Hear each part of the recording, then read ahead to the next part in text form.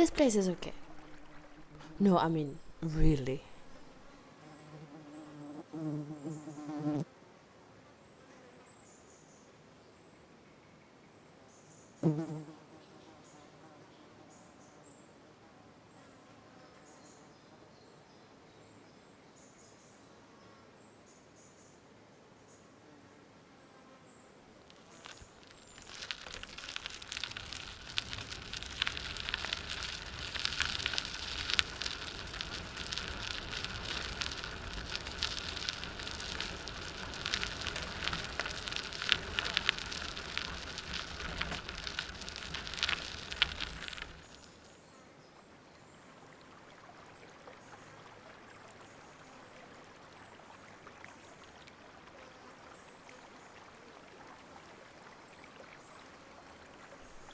I spend most of my time outside because it's chilly.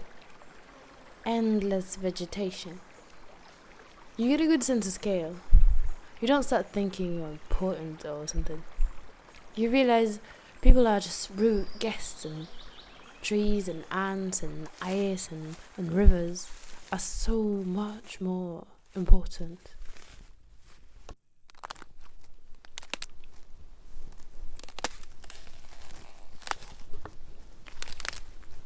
Sometimes I dream of different kind of plants. I mean, I do love this place. I love hanging out with trees. They make better friends than people. They'll say it's my genetic predisposition or some bullshit like this, but trees don't ask you well-intended questions that make you roll your eyes so much they get stuck somewhere up there. I still long to be somewhere else because sometimes I feel like there's a whole cultural heritage that failed to be passed on to me because of assimilation. But maybe I just romanticize the elsewhere like white people do. Who knows?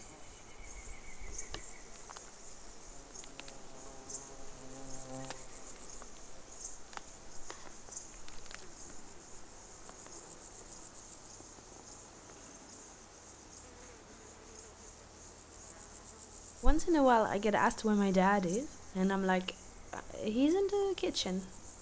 And people act all surprised because they assume he's a dead American soldier, which is odd because it's like 2018, but okay. It's kind of funny. When you live here, you get a weird sense of humor.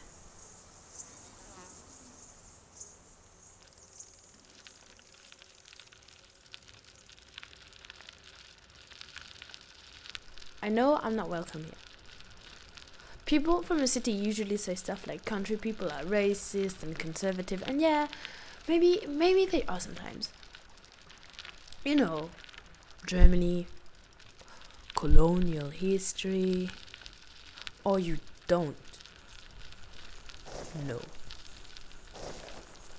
Anyway, I know I'm not welcome here, and even when I'm welcome as a guest in my own home. But this place is okay. No, I mean really.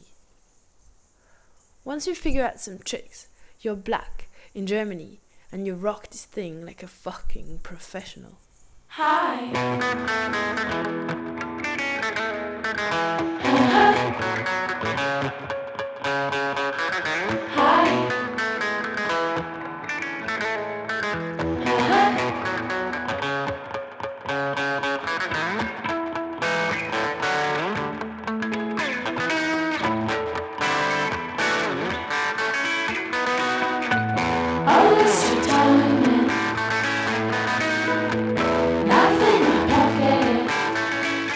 Dear diary, today I was off work, so I decided that instead of serving people potatoes, I would educate myself the cheapest way possible. Let me teach you some history. Africa was split without respect or even knowledge of the local tribes in Berlin, based on a conference called Congo Conference, organized by this guy, the first German chancellor. Yes, he has a monument. You got to love the sensitivity of the piece. It's mirroring the mainstream Germans' awareness about the whole situation. The conference happened at Wilhelmstrasse 77, from 1884 to 1885. Guess what underground station is the closest to it? Yep. Today, Wilhelmstrasse 77 is Wilhelmstrasse 92. I also tried to find the Reichskolonialamt, the place where they used to manage the colonies, where Wilhelmstrasse 62 used to be, but I couldn't find it. After the Congo Conference, Germany decided to colonize what they call German Southwest Africa, German East Africa, Togoland, and Cameroon. Today, Togo, parts of Ghana, Cameroon, Namibia, Rwanda, Burundi, and Tanzania.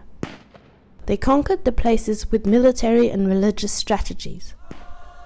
Christian missionaries were in Africa long before Germans decided they also wanted their Platz an der Sonne, their spot in the sun. Together, they managed to erase cultures, contribute largely to propagate homophobia, killed, abused, stole, destroyed, and justified it to themselves by saying that the locals needed to get civilized by them since the locals were lesser people. They even created the first concentration camp on Shark Island in Namibia. Everywhere they went, they found resistance. For example, from the Herero and Nama tribes, which fought a war against them. In one of the most cruel battles, they pushed the Herero systematically back into the desert, even the children, and blocked the access to all water spaces, leaving them to die of hunger and dehydration. To this day, Germany has not fully acknowledged the genocide of the Herero and Nama, and even if East Germany was paternalistically supporting what at the time people thought was a decolonization, Germany never had to be accountable for their colonial past, since they lost all of their colonies when the First World War ended. 34 years of colonization and 2 genocides are painfully lacking in Germany's Erinnerungskultur, the culture of remembrance, since they deem being busy enough with Hitler and the Holocaust. Meanwhile, street names, underground stations, and random statues glorifying the colonial past are still around, and the topic isn't dealt with on a national scale. And even if it is largely omitted, this is my history, and it is, and should be, part of my culture.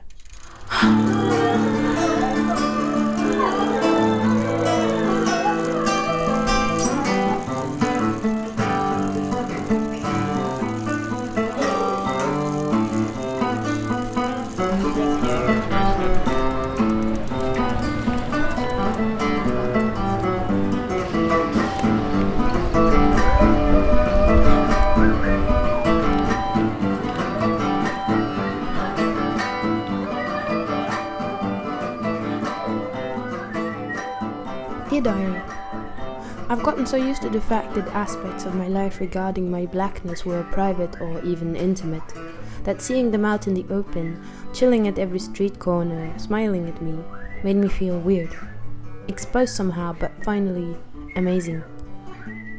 I never realized to what extent being the other was an essential part of my self-understanding, and I would never deny the violence of growing up black in an all-white surrounding, but I also have to acknowledge certain privilege to it.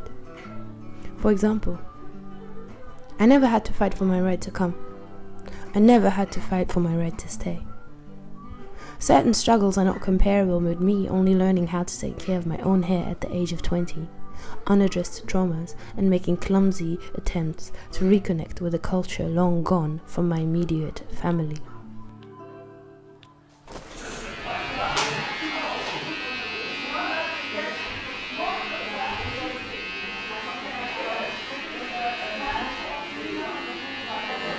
Und dann sagte kam auf ihn und ja, mein Problem. Weißt du, weil da waren so Elektrogeräusche drauf. Wenn du nur meine Stimme abgespielt hast, waren da so kleine, weil da so viel Technik drin war in dem Raum. Das ist so, als wenn du ein Radio hast und dein Dings da angeht, dein Handy angeht. Genau. Ja. Und dieses Geräusch war ganz, also war, wenn man Solo gehört hat, war sehr, sehr laut. Deswegen mussten wir das neu aufnehmen. Und also wenn der Beat machen, musst du da sein oder so? Ja, das ist besser, weil dann macht er mir einen Beat genauso, wie ich ihn haben will. Dann singe ich irgendwas, was ich machen will, und dann guckt er so BPM, die Melodie und so. Und dann macht er darauf, weißt du, produziert er das. Ja.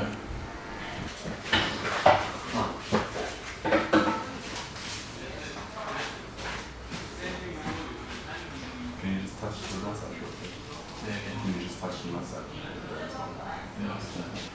people clean, you know? Yes.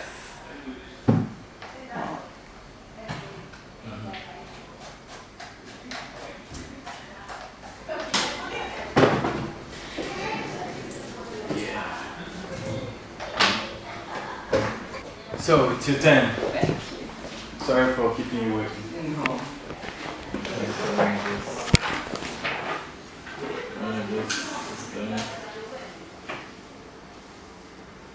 This.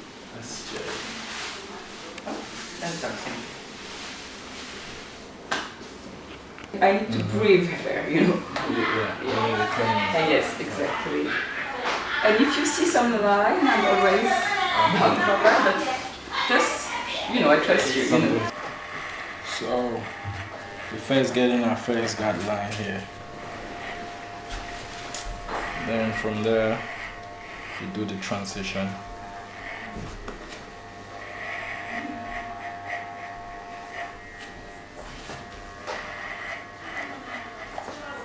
You don't like Neymar? No. Yeah, you know, but I like Mbappe for sure. I like N'Golo Kante, it's my favorite. N'Golo Kante. My favorite is Luis Suarez. Oh yeah, of course. Yeah, it's a good one. Yeah, yeah.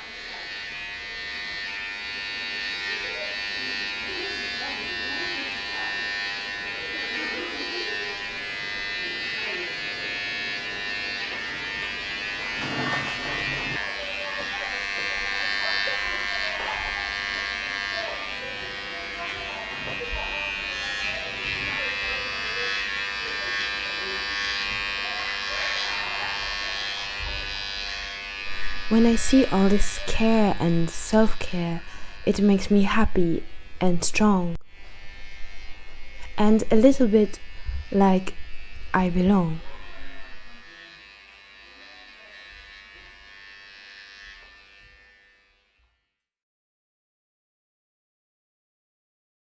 Dear Diary, I remember earlier times. Sometimes I would get tired and I would ask myself, what is it like to go through the world without encountering various levels of animosity on a daily basis? What is it like to not feel so painfully inadequate, so deeply, irreversibly flawed? But then I met them.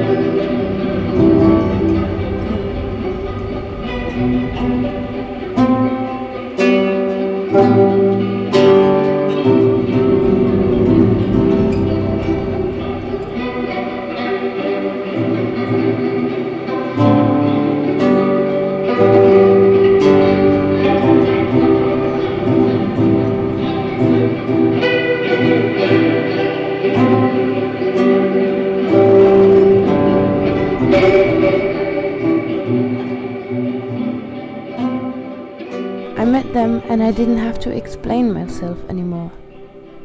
I felt a sense of relief that made me realize I was holding my breath all this time. I met them, and for the first time I felt like there was an us. A strong and vulnerable us. A beautiful, shifting and changing us. I guess my home will never be a physical or static thing. I struggle to find it. I lose it. I start again. And each and every one of these journeys is worth it. Oh, and here's a kiss. Right for the chosen one.